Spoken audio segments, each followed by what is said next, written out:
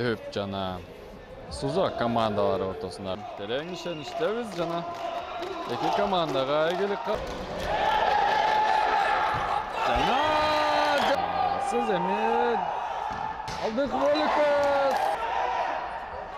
8-минутасына келип кырындык менен алдыңкы бөлүп чыгып өттү, аракетин өргөн.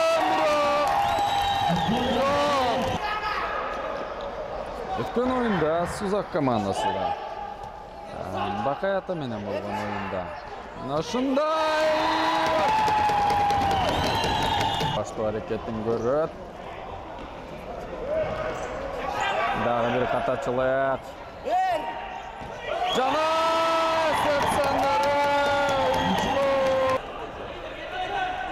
алдыңкы бөлүккө пас коргоочулардан өтүп барган жок жана кандай гол курамындагы азыр кандай дриблинг дагы бир сок командасы дагы кезектеги чабуун жасаган дарбазачы өз ордунда бирок алдыңкы бөлүккө пас жакшы сокко орун алган жана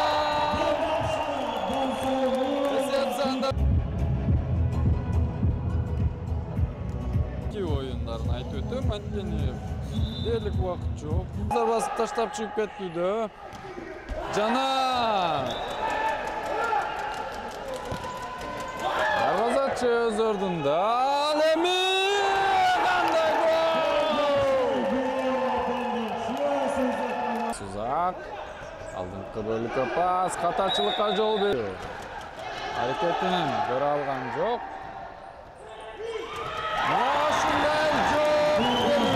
Сузак командасы.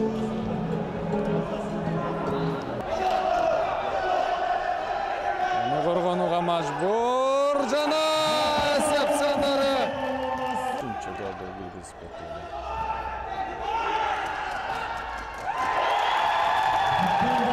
Эми Санат Кабалдан биргеликте көрөбүз. Ушундай ишке ашырысы керек. Жана ушундай ачык калган дарбазага 3 гол киргизген 20 дарбазачы өз ордунда.